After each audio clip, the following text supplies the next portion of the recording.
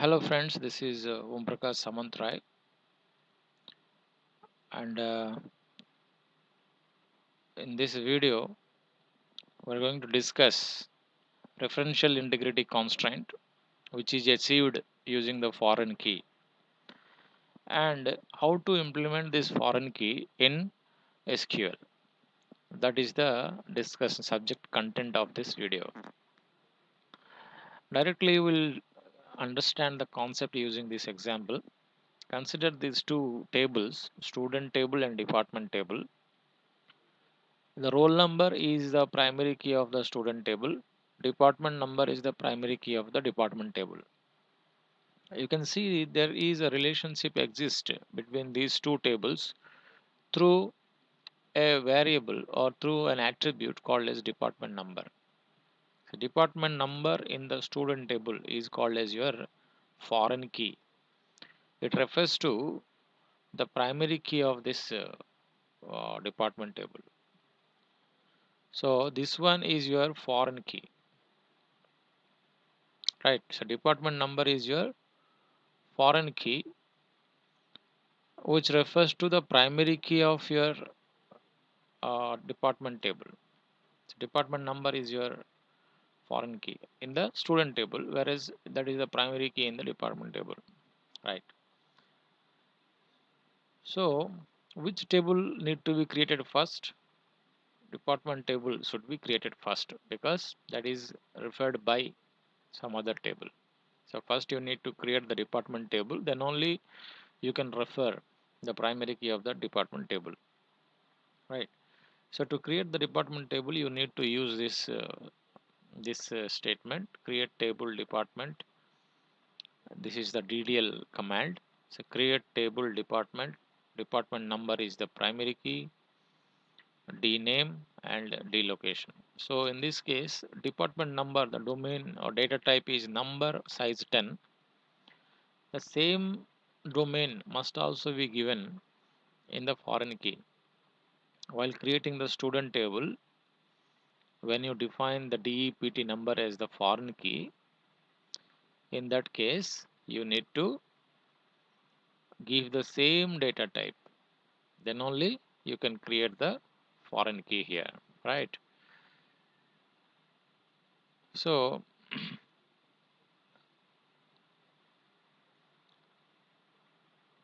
first you have to create the department table, then you have to go to the student table.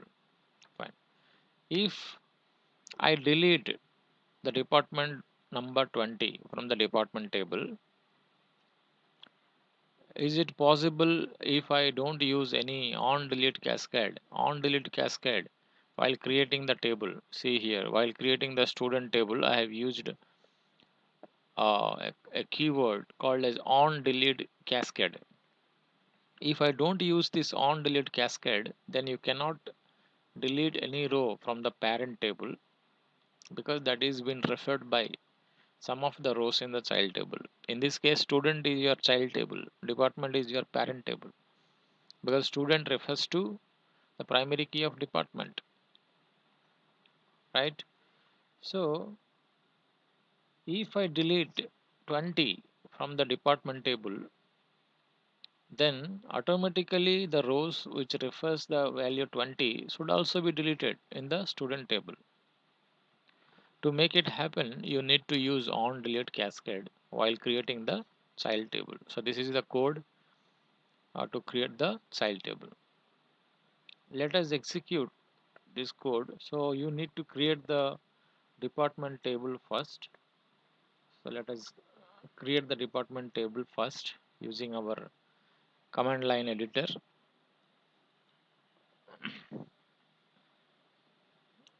I have opened the editor so that I can quickly create the table. I have written the code previously uh, to save the time, right? So you can see here, this is the code to create the department table. You can see department table DEPT number is the primary key here. DEPT number is the primary key because the foreign key always refers to the primary key of other table. Hence, DEPT number should be declared as the primary key. So now save this and close the editor and forward slash to execute. Okay, so invalid character is given here. You should not give semicolon here while using the editor. So table created. So which table is created now? We have created the department table. You can see DACD department to see the description of the department table. You can see that one, right? Now the second one is your student table. You need to use you need to create the student table. You have already created the department table. Now you have to create the student table.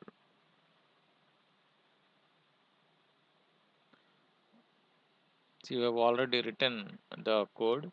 So I have just used copied that to save the time. So again we'll delete the semicolon here if the semicolon is given here. Okay, no. Then just save it and execute. Now the table also created. What is the table? Student. And the student DEPT number is the foreign key. And you should remember that the values of the foreign key must also exist in the corresponding primary key. That is 10, 20, 30. These values must refer to existing value of the corresponding primary key. That is called as your referential integrity constant. It must exist. It must refer to the existing value. That is, if I use 50 here, if I use 50 in any of these places, then uh, it will not be accepted. It will violate the referential integrity constant because 50 is not there in the department table. This foreign key, this foreign key must always refer the primary key of this department table, right? This is the foreign key which always refer to the primary key of the department table, right?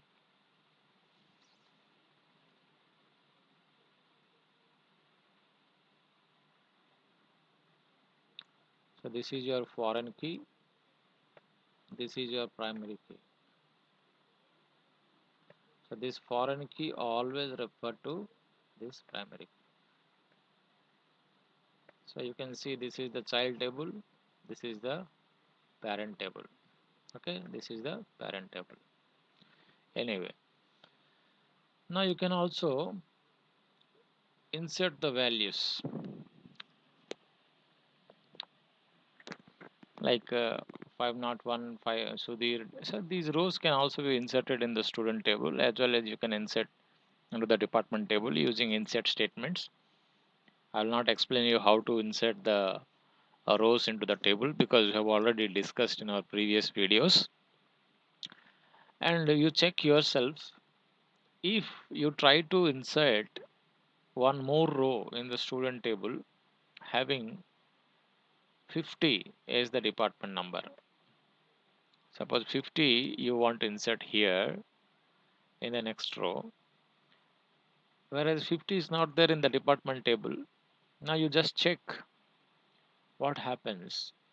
Will it be allowed by the oracle or not? Right. So definitely it will violate the referential integrity constraint. Similarly, you also check. You try to delete 20 from the department table or 10 from the department table and see that automatically the rows which contain the value 10 or 20 are also deleted from the student table. That is, the child values are automatically deleted because you have used on delete cascade. So I'm leaving these two things for your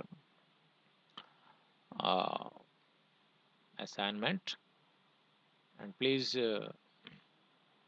Watch my previous videos for detailed concepts of foreign key and referential integrity constraints.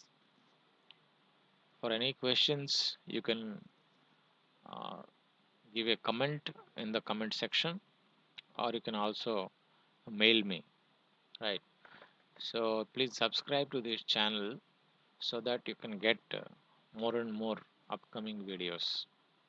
You'll get the notifications of the upcoming videos. Thank you very much.